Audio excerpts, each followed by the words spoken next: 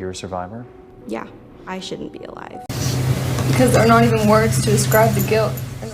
The complexities of human behavior often leave us bewildered when it comes to understanding the actions of individuals, especially when those actions involve heinous crimes committed by teenagers against their own friends. While most friendships are built on trust, shared experiences, and mutual support, some take a dark turn that shatters the very foundations of trust. The cases of dangerous teens who brutally killed their best friends are shocking reminders of how the human mind can be driven to extremes.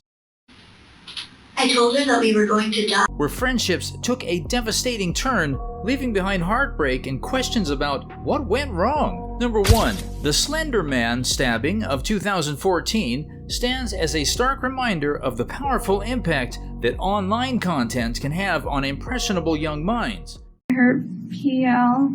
Two 12-year-old girls, Anissa Weir and Morgan Geyser, lured their friend Peyton Leutner into the woods and brutally stabbed her 19 times. The motive? A belief in the fictional character Slender Man, a terrifying internet phenomenon that took on a disturbingly real presence in their young lives. The story began with the emergence of Slender Man, a tall, faceless, and suited figure with unnaturally long limbs, as a creation of online forums and horror stories. As the legend grew, so did the fascination and obsession among a certain segment of internet users, including Anissa and Morgan. What began as an innocuous online myth soon morphed into a disturbing fixation that would have far-reaching consequences. The two girls, who had been friends for years, were drawn into a world where fantasy and reality began to blur. The online stories and images of Slender Man took on a sinister significance in their minds, convincing them that not only did Slender Man exist, but that they needed to prove their loyalty to him by committing a heinous act. Fueled by a toxic combination of youthful naivete and online manipulation, Anissa and Morgan hatched a plan to murder their friends. In May 2014, the girls invited Peyton Leutner for a sleepover. During the night, they led her into a nearby woods under the pretense of playing a game. It was there that their sinister intentions came to light. Anissa and Morgan brutally attacked Peyton, stabbing her repeatedly in a shocking act of violence. Peyton miraculously survived, managing to crawl to a nearby road where she was discovered and rushed to the hospital. The Slender Man stabbing case sent shockwaves through both local communities and the broader society, and brought to the forefront the alarming potential of online platforms to manipulate and radicalize young minds. It highlighted the vulnerability of adolescents to the allure of the internet, where fiction and reality can blur, and where peer pressure and a desire to fit in can drive them to engage in unthinkable actions. The case also led to intense discussions about parental supervision, mental health, and the influence of the digital age on child development. It urged society to take a critical look at the content that is accessible to young individuals and the responsibilities that the internet platforms have in safeguarding their users, especially when the users are minors. Number 2, the Parker home murder case, a chilling tale that unfolded in New Zealand in 1954, serves as a stark illustration of how even the most seemingly unbreakable bonds of friendship can take a sinister turn. The tragic story of Pauline Parker and Juliet Home, both 15 years old, shook the nation and ignited a nationwide discussion about the complexities of adolescent relationships and the depths to which they can descend. Pauline Parker and Juliet Home were two girls who appeared to share an inseparable and intense friendship. They met at school and quickly developed a deep connection that transcended the boundaries of traditional companionship.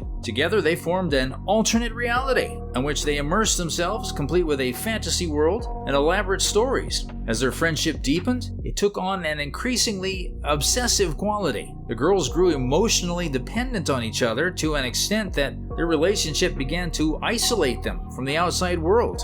This isolation fueled their shared fantasies and led them down a treacherous path. The culmination of their obsession was a horrifying act that would shatter not only their lives, but also the perception of friendship itself. In June 1954, Pauline Parker and Juliet Home conspired to murder Pauline's own mother, Honora Riper. The details of the crime are as shocking as they are distressing. The girls lured Honora to a secluded area where they bludgeoned her with a brick, resulting in her death. The revelation of the murder sent shockwaves throughout New Zealand. The brutal nature of the crime committed by two seemingly innocent young girls left the nation grappling with a sense of disbelief and horror. As the details emerged during the trial, disturbing questions arose about the power dynamics within their friendship, the psychological complexities of their bond, and the extent to which they had become consumed by their fantasies. The trial resulted in both Pauline Parker and Juliet Home being found guilty of murder. They were subsequently sentenced to prison, but were released after serving around 5 years each under new identities and with the condition that they never contact each other again. Number 3. The Skylar Neese case stands as a chilling reminder of the unpredictability that can lie beneath the surface of seemingly close friendships among teenagers. In 2012, the small town of Star City, West Virginia, was rocked by a tragic event that would change the lives of everyone involved forever. Skylar Neese, a 16-year-old high school student, was a vivacious and outgoing young girl. She had formed an inseparable bond with her two best friends, Rachel Schoaf and Sheila Eddy, both also 16 at the time. The trio's friendship had flourished over the years with countless shared memories and experiences. Skylar, Rachel, and Sheila were often seen together, laughing and appearing to be the best of friends. However, as is often the case with such stories, things were not as they seemed. Beneath the smiles and laughter lay an underlying current of tension and resentment. In an unexpected turn of events, Rachel and Sheila hatched a sinister plan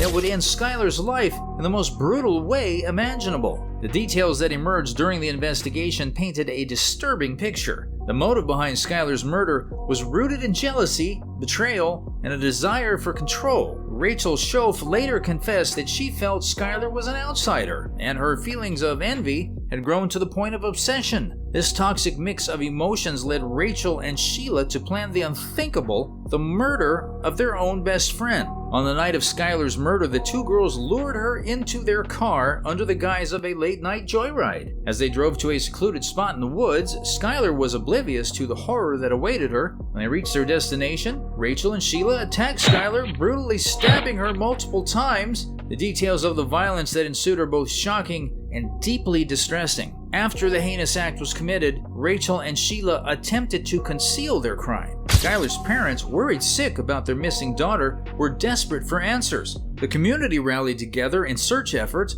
unaware that the answers they sought were held by the very people who had once called Skylar a friend. As the days turned into weeks, the weight of guilt and fear began to take its toll on Rachel Schoaf. Overwhelmed by the magnitude of their actions, she ultimately confessed to the murder. There are not even words to describe the guilt and remorse that I feel each day for what I've done. I became scared and caught up in something that I did not want to do, leaving many grappling with a sense of disbelief and horror. The Skylar Neese case highlights the fragility of human relationships, particularly during the tumultuous teenage years. It serves as a stark reminder that appearances can be deceiving, and even the closest of friendships may harbor hidden depths of jealousy, resentment, and darkness. The tragedy also underscores the complexities of adolescent emotions, where heightened feelings can sometimes lead to incomprehensible actions. In the wake of Skylar's murder, questions about justice, rehabilitation, and forgiveness emerged. Rachel Schoaf, who had confessed to her involvement, was sentenced to 30 years in prison. Sheila Eddy, however, entered a guilty plea and received a life sentence for her role in the murder. The legal proceedings raised important debates about the appropriate punishment for teenagers who commit such heinous crimes. The cases of dangerous teens who brutally killed their best friends are stark reminders of the intricate nature of human behavior, particularly during the tumultuous phase of adolescence. These tragic stories force us to confront the dark corners of the human psyche and question the factors that lead seemingly strong friendships down a path of brutality. By studying these cases, we can gain insights into the complexities of adolescent psychology, the impact of online influences, and the importance of early intervention. As society grapples with the legal, ethical, and rehabilitative aspects of these cases, it's a collective responsibility to prevent such tragedies from repeating in the future. If you want to stay updated with more content, make sure to like, comment, share, and subscribe. Until we meet again in the next video, goodbye.